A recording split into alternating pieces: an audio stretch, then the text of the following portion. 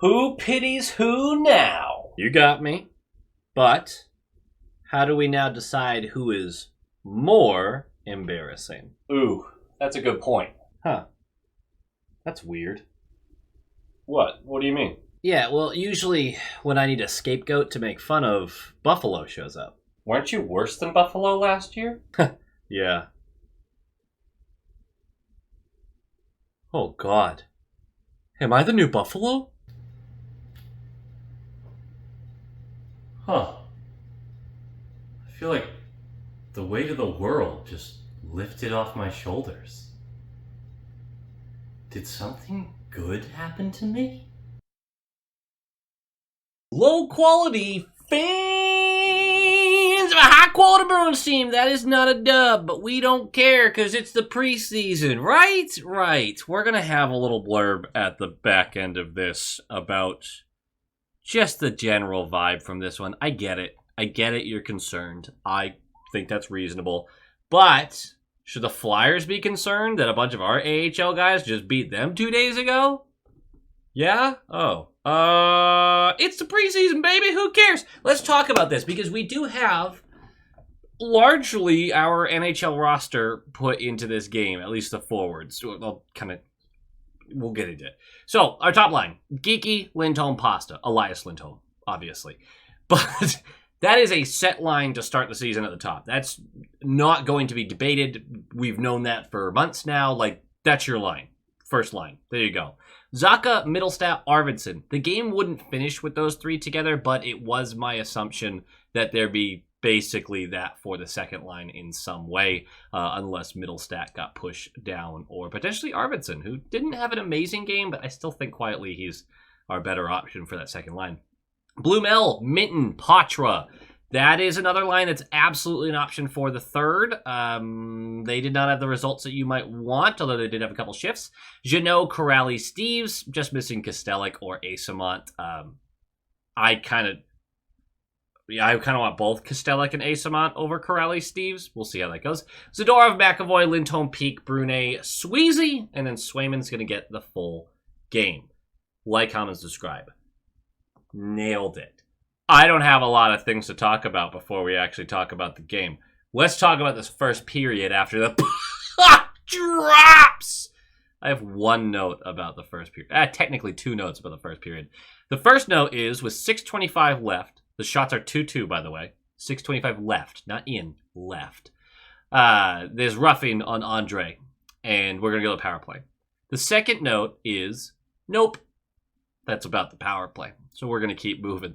I did write down, this is what they tweeted after the first period because I didn't have much to talk about. Hampus looks healthy. Huge. Patra with effective shifts, but he's still getting blown up. McAvoy pushing the pace. Great. I think I've seen enough of Corrali. This will come into play later in it. And then not a lot happened in that period, which really wasn't. I think the period ended with like 4-3 shots, something like that. Second period starts. 2:45 in. A broken play in the neutral zone results in Richard. Do you remember him? Richard? Probably not. Getting behind Zadorov and McAvoy. He misses wide blocker on a breakaway. Easily the best scoring chance of the entire game so far for either team. Bummer, Richard. Really rooting for you out there. Richard plays for the Flyers now. I think that should be clear by that statement. 6:06 in. Delorier is going to go for tripping. We're going to the power play. Nope. 6:22 left. We're jumping forward 10 whole minutes. Swayman holds the puck too long. Stop me. I know you've heard that before, but he does. And then he tries to pass through a defender, which also I would not advise. In fact, if you've watched this channel for a long time, one of the things that I hate the absolute most, especially at a professional level, is trying to pass or shoot through somebody who's right there.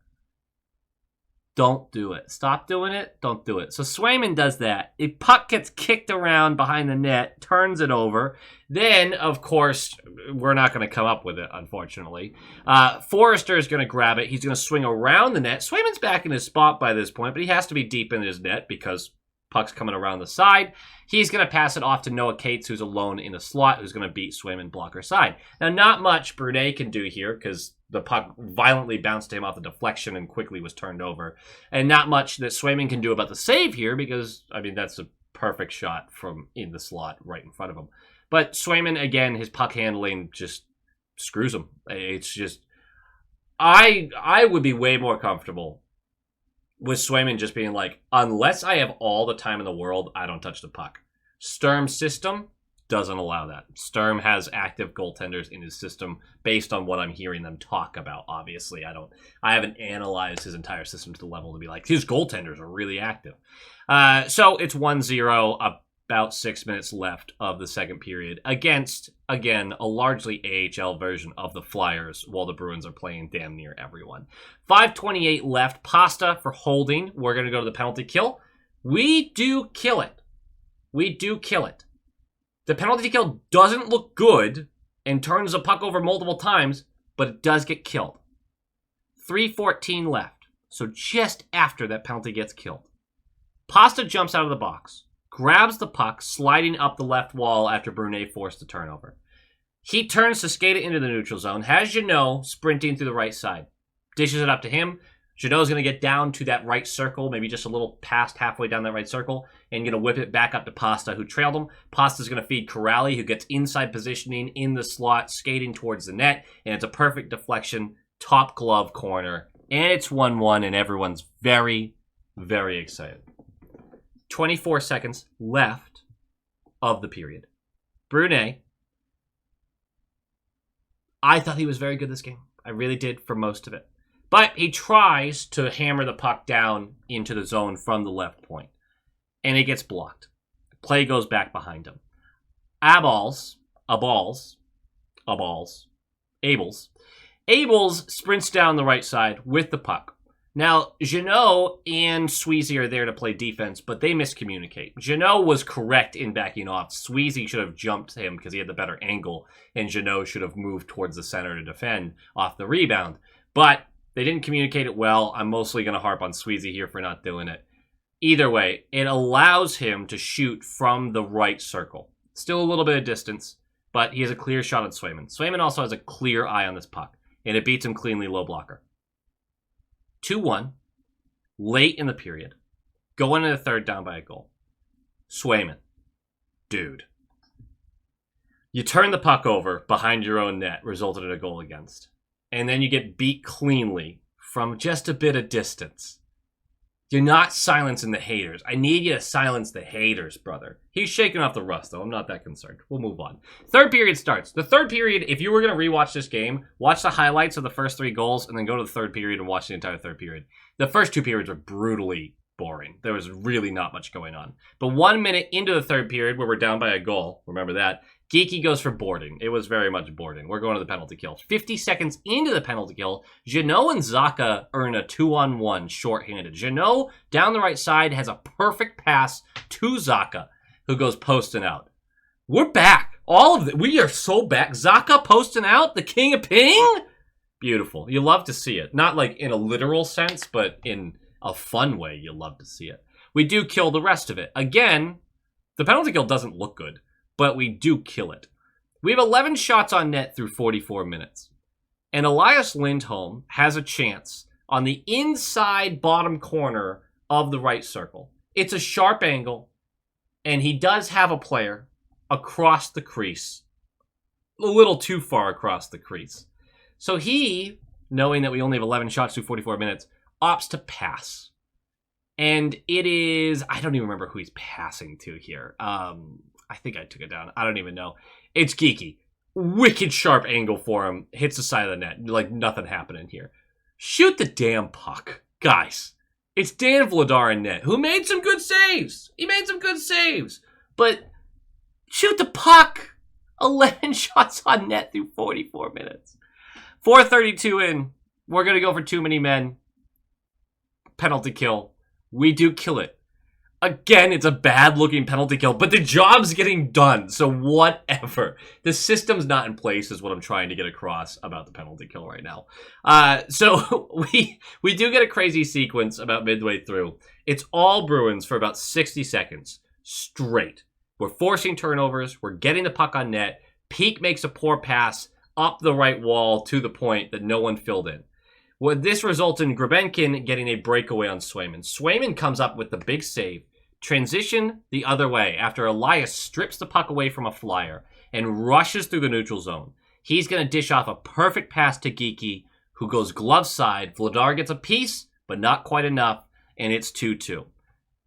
Third period was a great push by the Bruins, even though they had to kill off multiple penalties.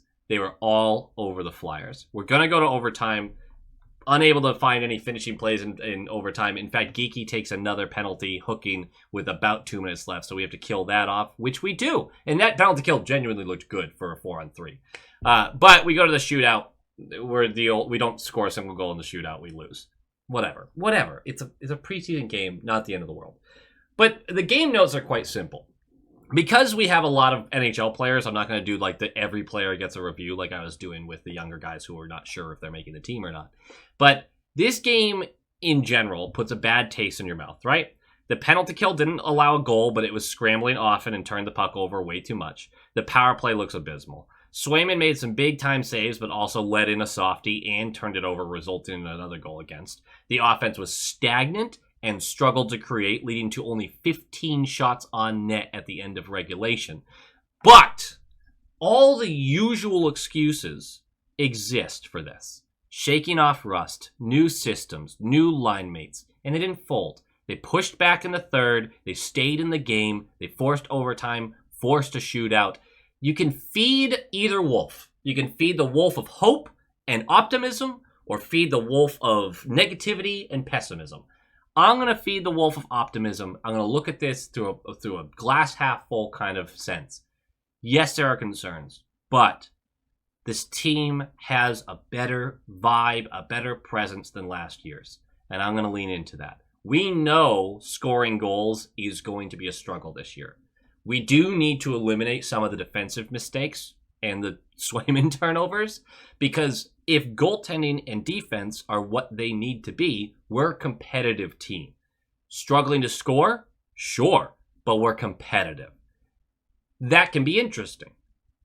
If the defense folds or the goaltending isn't good enough, that's a whole different scenario. This is a very bad year in that sense. So we just kind of see how this ends up. Other quick notes, McAvoy on the top power play unit. I'm not sure if that's the expectation or they're just making sure Hampus's workload isn't too much early on. Either way, Hampus looks healthy. That's what we really care about. McAvoy on the top power play unit that does have Hampus healthy, though, seems a little odd given the history there. So we'll have to see how that develops. But it does appear early on that that's how Sturm wants to start this going. Midway through the game, this was an important thing, a really important thing for me to recognize. Midway through the game, I'm realizing that Jeannot's playing, and I just haven't noticed him at all, right? Nothing positive, also nothing negative. And I look at the box score, he's got a couple blocks, he's got a couple hits. He's usually late to the forecheck, but when he gets there, he's really laying the body.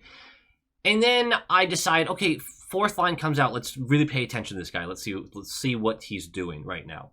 And I think I'm coming to the realization, and maybe it's too early to say this. Again, he's also working with a lot right now, trying to figure it out. But he might be the kind of guy that is like a defensive defenseman that we talk about on the short shift pod and here. If you don't notice him, he's doing his job, right? He's shutting people down. He's blocking shots. He's involved in that way. But then in the third period, I start to notice him more in the offensive zone. His passes are crisp. He's moving the puck well. He's really ferocious on the boards. And I go, okay. Like, do I love that this is a 5-year, $17 million contract? No, I find it silly. You don't do that for bottom six players. That's just ridiculous to me. But he was looking kind of good in the third. He was looking impactful. Quietly impactful, but impactful. And so if I get out of my head the years and the money and everything like that, and the money's not even egregious, but if I get that out of my head and just go, okay, what can this guy bring? If he's quietly just a net positive for the team, good, great, I'll like him. Especially with his style, right? If he's that physical, like you enjoy watching that. Most hockey fans really like the physicality. So as I'm going to try to adapt my thinking about this player. I didn't like the signing. I was vocal about that. The same way I'm trying to adapt to Zadorov and change my mind about him. Elias, I'm trying to adapt my senses to I got to find a way to enjoy these players that are going to be with us for a long time. Zadorov and Elias gave us a lot of reasons over the last 6 weeks of last season. And if that kind of play continues into this season, we'll be very happy with that. And I get to sit there and be like, I was wrong about these signings. These guys are really helpful, blah, blah, blah. Well, I'm not there yet, but I'm hoping to be there. Jeannot, I'm hoping, is the same case. It's hard when you have to convince yourself so many times to enjoy the signings your team is making.